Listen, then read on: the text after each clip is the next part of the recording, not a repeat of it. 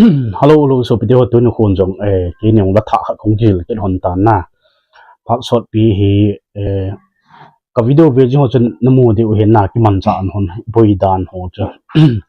pathian wa choi la ho sa thei lo wa kanum hon phak shot pi ki nyong chu ka sanom tho hin la phak chu ani thei pon na hi chun tu ni kong ki jil hon na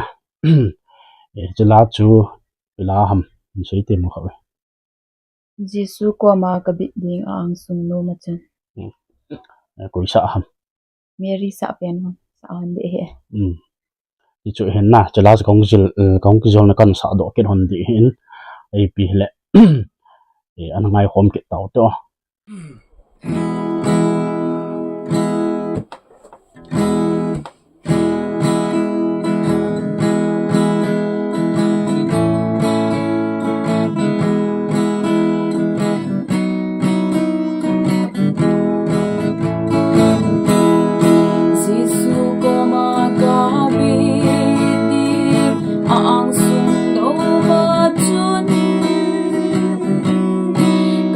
Gao ki chong ti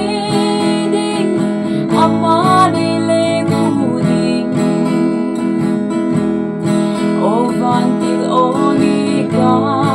sai tam lo ti a kon chun lang ita sa in e ko chun li ga hoi yang chun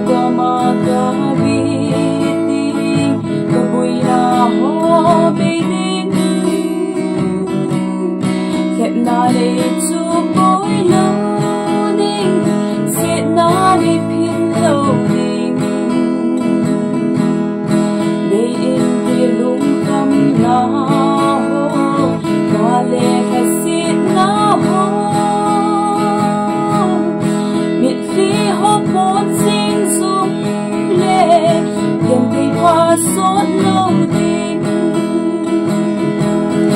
Giêsu ngờ cô ma ungano Giêsu ngai lu pa pe ngờ cô ma ungano gen thina ame ka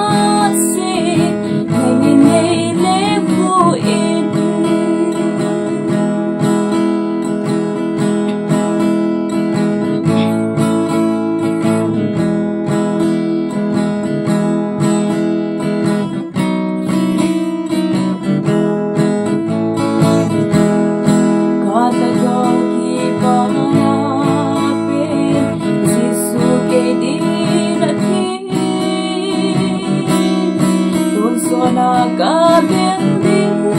pe non sót sông pe ai ke din mun asi ma chun ei hu pui ke te ning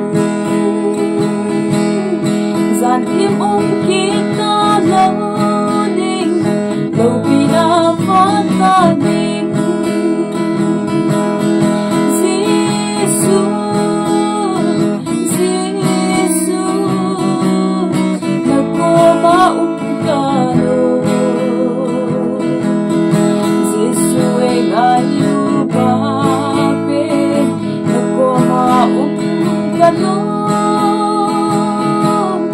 Gen thina ame khase negine le ko in Gen thina ame khase